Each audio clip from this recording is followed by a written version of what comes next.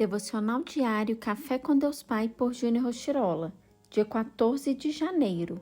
Uma atitude de fé.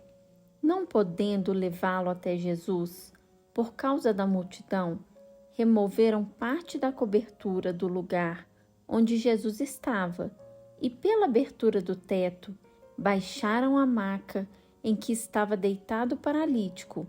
Vendo a fé que eles tinham, Jesus disse ao paralítico: Filho, os seus pecados estão perdoados. Livro de Marcos, capítulo 2, versículos 4 e 5. Existem situações na vida em que analisamos e pensamos não haver mais jeito. Na história revelada a nós pelo Evangelho, vemos um homem com seu estado de saúde totalmente comprometido, sem esperança, com uma doença incurável. Logo no início do meu casamento com Michele, nosso filho João Pedro nasceu quando ainda tínhamos apenas 1 ano e 3 meses de casados. Logo em seu nascimento, nos deparamos com um enorme desafio, pois ao ser examinado após o parto, foi constatado um furo no início da coluna, indicando um problema de hidrocefalia. Michele e eu, muito novos tanto na idade quanto no tempo de casamento e ainda com os desafios presentes do início da família, tínhamos a avaliação médica indicando um problema permanente. No entanto, o diagnóstico contrário que nos foi trazido gerou em nós uma atitude de fé, confiança e ousadia, assim como a dos 4 amigos do paralítico, pois somente Jesus poderia mudar o diagnóstico e trazer 100% de vida ao nosso filho. E foi justamente o que aconteceu. O João Pedro nunca teve nenhuma sequela ou problema de saúde, pois Jesus fez um milagre em sua vida. Que circunstâncias de sua vida precisam de uma intervenção divina? O paralítico precisou e teve 4 amigos que o levaram até Jesus. Já o nosso filho teve Michele e eu intercedendo e declarando a cura. Saiba que com você não é diferente. Neste momento, eu declaro cura, paz, alegria, restauração, libertação, vida abundante e prosperidade em seus caminhos. Deus quer que você seja parte ativa no milagre da sua vida. Frase do dia: sua atitude e sua fé serão determinantes para o seu milagre. Leitura bíblica, livro de Mateus, capítulo 8. Palavra-chave: iniciativa. Mateus, capítulo 8. O leproso purificado. E descendo ele do monte, seguiu uma grande multidão. E eis que veio um leproso e o adorou, dizendo: Senhor, se quiseres, podes tornar-me limpo. E Jesus, estendendo a mão, tocou, dizendo: Quero ser limpo. E logo ficou purificado da lepra.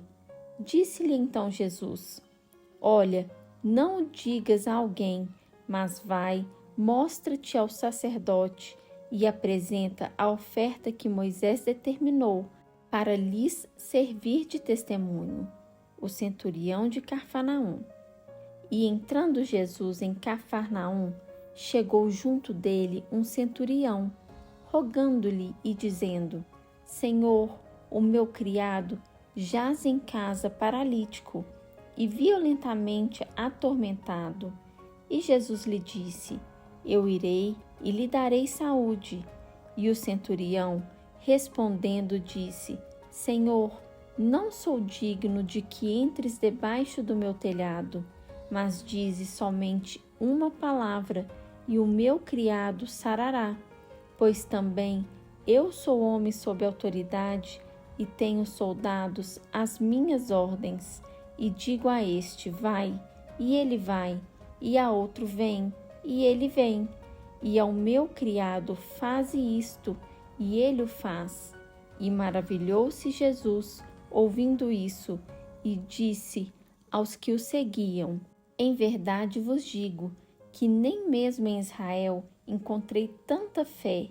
Mas eu vos digo que muitos virão do Oriente e do Ocidente e assentar-se-ão à mesa com Abraão, e Isaque e Jacó no reino dos céus.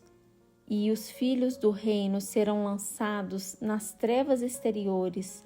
Ali haverá pranto e ranger de dentes. Então disse Jesus ao centurião: Vai, e como creste, te seja feito. E naquela mesma hora o seu criado sarou. A sogra de Pedro. E Jesus, entrando na casa de Pedro, viu a sogra deste jazendo com febre, e tocou-lhe na mão, e a febre a deixou, e levantou-se e serviu-os. E chegada a tarde, trouxeram-lhe muitos endemoniados, e ele, com a sua palavra, expulsou deles os espíritos, e curou todos os que estavam enfermos, para que se cumprisse o que fora dito pelo profeta Isaías, que diz: Ele tomou sobre si as nossas enfermidades e levou as nossas doenças. Como devemos seguir a Jesus?